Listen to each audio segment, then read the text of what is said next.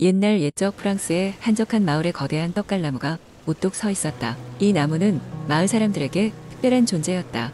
나무는 고대의 비밀과 마법을 간직하고 있었으며 그 아래에서 일어나는 사건들은 항상 놀라운 결과를 가져왔다. 나무의 오른쪽에는 작은 마을이 있었고 그 왼쪽에는 파리 근교에 부유한 왕국이 있었다. 이 왕국의 왕자는 아버지인 국왕의 엄격한 규율 때문에 항상 자신의 자유를 갈망했다.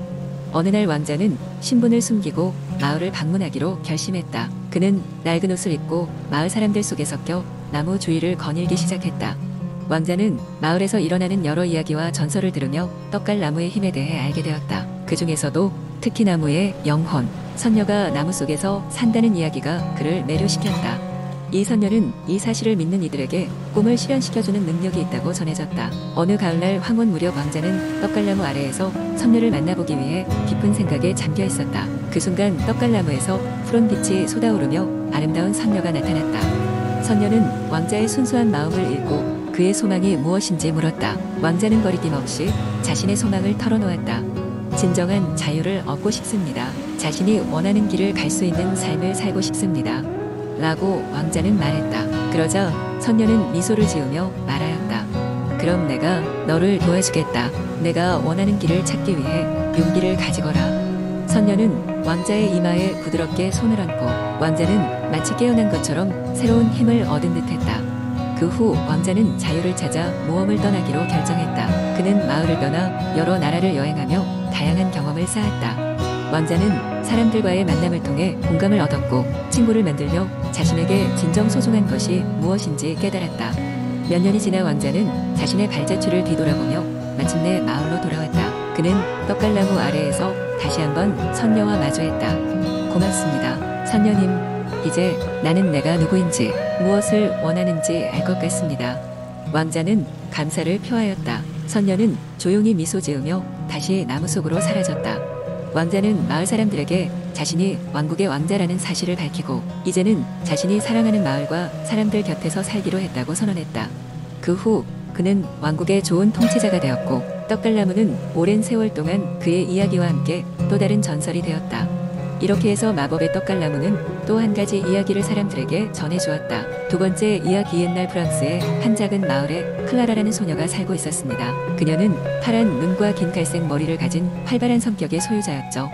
클라라는 항상 새로운 모험을 꿈꾸며 집에서 멀지 않은 아름다운 숲을 자주 방문하곤 했습니다.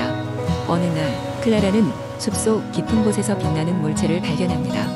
그것은 오래된 은빛 열쇠였죠. 클라라는 열쇠를 주워 자세히 살펴보았지만 어떤 문을 여는 것인지 알 수 없었습니다. 호기심이 많은 그녀는 그 열쇠의 비밀을 풀기 위해 모험을 떠나기로 결심했습니다. 우선 마을에서 가장 지혜로운 노인 루이 할아버지를 찾아가 도움을 요청했습니다. 루이 할아버지는 클라라에게 말했습니다. 이 열쇠는 전설 속 마법의 문을 여는 열쇠란다. 그 문은 숲 깊은 곳에 있으며 찾는 이는 큰 용기와 지혜를 가져야 해. 문이 열리면 상상할 수 없는 기쁨과 함께 3가지 소원을 들어준다고 하지. 클라라는 흥분된 마음으로 숲속 깊은 곳을 향해 출발했습니다. 숲은 클라라가 알던 것보다 훨씬 넓고 위험이 도사리고 있었습니다. 길고 험난한 여정 끝에 그녀는 늑대 무리를 만나게 됩니다. 늑대들은 클라라에게 다가와 길을 막았습니다. 하지만 클라라는 두려움에 굴하지 않고 늑대들에게 용기를 내어 말했습니다. 저는 평화를 원하며 이 지팡이에 감춰진 비밀을 찾으러 왔어요. 이 열쇠를 사용해 길을 열도록 도와주세요. 늑대는 클라라의 용기에 감명받아 그녀를 통과시켰고 그녀는 계속해서 나아갔습니다. 여정 중간중간 클라라는 배고픈 새끼 여우를 만나 먹을 것을 나누어 주기도 하고 길을 잃은 새에게 길을 찾아주기도 했습니다. 그녀의 선행은 숲의 동물들을 감동시켰고 이는 클라라가 마법의 문에 도달하는데 큰 도움이 되었습니다.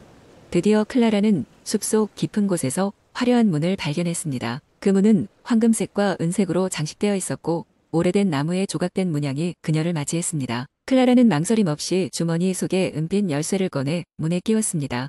그러자 문에서 무지갯빛 광채가 뿜어져 나왔고 천천히 열리기 시작했습니다. 문이 열리면서 아름다운 정원과 빛나는 샘물이 클라라의 눈앞의 모습을 드러냈습니다. 클라라는 너무나 기쁨에 찬 나머지 그 자리에서 작은 춤을 추기 시작했습니다. 그녀는 3번의 소원을 빌 수 있다는 사실이 떠올랐고 현명하게 소원을 빌기로 결심했습니다.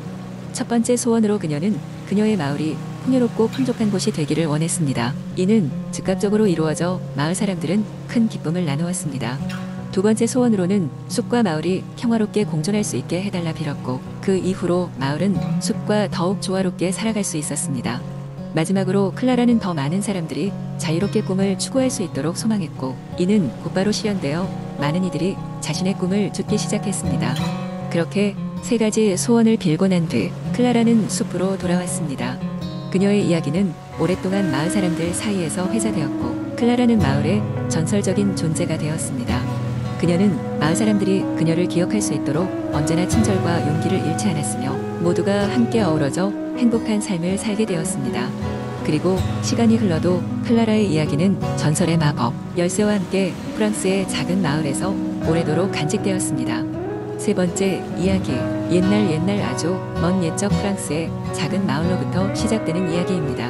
이 마을은 마치 시간이 멈춘 듯한 곳이었으며, 그곳 사람들은 태양이 뜨고 지는 것을 구분하지 못할 정도로 분주하게 살아가고 있었습니다. 사람들은 밭을 갈고 빵을 구우며 매일 자신의 생활에 몰두해 살아갔죠. 하지만 이 마을에는 비밀이 하나 있었습니다. 마을 중앙에 위치한 커다란 시계탑이 매일 밤 사람들의 기억을 지워버리는 마법을 걸고 있었던 것입니다. 그래서 마을 사람들은 매일 아침 어떤 일이 있었는지, 무슨 일을 하려고 했는지를 까맣게 잊은 채 그저 반복된 일상을 살아가고 있었습니다. 시계탑 아래에는 작은 카페가 하나 있었는데, 그 카페에는 로즈라는 호기심 많은 소녀가 살고 있었습니다. 로즈는 항상 무언가가 이상하다는 것을 느끼고 있었습니다. 왜냐하면 그녀는 꿈속에서 하늘을 나는 커다란 새와 무지갯빛 강을 건너는 여행을 반복해서 보았기 때문입니다. 어느 날 밤, 로즈는 잠들지 않고 시계탑을 지켜보겠다고 결심했습니다. 그녀는 몰래 카페를 빠져나와 시계탑으로 조용히 걸어갔습니다. 시계탑 꼭대기에 다다랐을 때 그녀는 시계 속에서 반짝이는 작은 보석을 발견하게 됩니다. 그 보석은 놀랍게도 시간의 점수를 모아둔 일종의 수정이었습니다. 로즈는 그것이 마을 사람들이 기억을 잃고 있는 원인임을 직감했습니다. 그날 밤 이후로 로즈는 매일 밤마다 시계탑에 올라가 수정의 비밀을 풀려고 노력했습니다. 어느 날 밤에는 서쪽에서부터 불어오는 바람을 타고 온 여행자 장을 만났습니다. 그는 시간이 멈춘 이 마을의 전설을 듣고 찾아온 탐험가였습니다. 장은 로즈와 함께 마을을 구하기로 마음먹고 시계탑에 숨겨진 비밀을 풀기 위해 머리를 맞대고 고민했습니다. 두 사람은 마침내 마법의 수정을 원래 위치에서 해제하고 마을 사람들에게 잃어버린 기억을 되찾아주기로 결심했습니다. 하지만 수정에는 강력한 수호자가 있었으니 바로 시간을 지키는 고대의 용이었습니다. 장과 로즈는 용을 설득하여 시간이 원래의 흐름으로 돌아가게 해달라고 요청했습니다. 고대의 용은 그들의 간절한 마음을 알아보고 마을에 걸린 마법을 풀어주기로 허락했습니다. 그리하여 수정이 제자리에서 해제되면서 마법은 풀리고 마을은 다시 시간을 기억할 수 있었습니다.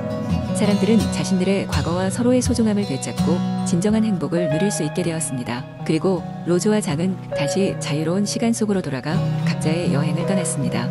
로즈는 그곳에서의 경험을 바탕으로 새로운 동화를 창작하는 작가가 되었고, 장은 세계 곳곳을 여행하며 새로운 이야기를 찾아 나섰습니다. 이제 이 이야기는 프랑스의 작은 마을에서 전해져 내려오는 전설로 남아있으며, 시간의 소중함을 일깨워주는 교훈으로 사람들의 입에서 입으로 전해지고 있답니다.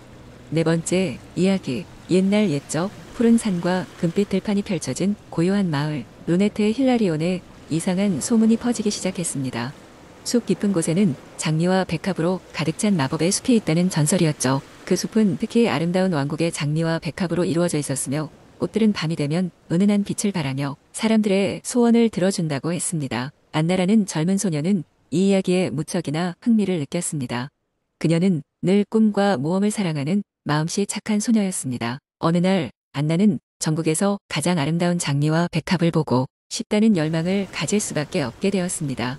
그래서 그녀는 숲 탐험을 결심했습니다. 탐험을 준비한 어느 맑은 아침, 안나는 작은 배낭에 물과 식량을 넣고 길을 떠났습니다. 마을의 끝자락을 지나자고 울창한 숲이 시작되었습니다. 숲속은 어둡고 잔잔한 바람이 그녀를 감싸고 있었지만 안나는 두려움보다는 호기심이 앞섰습니다.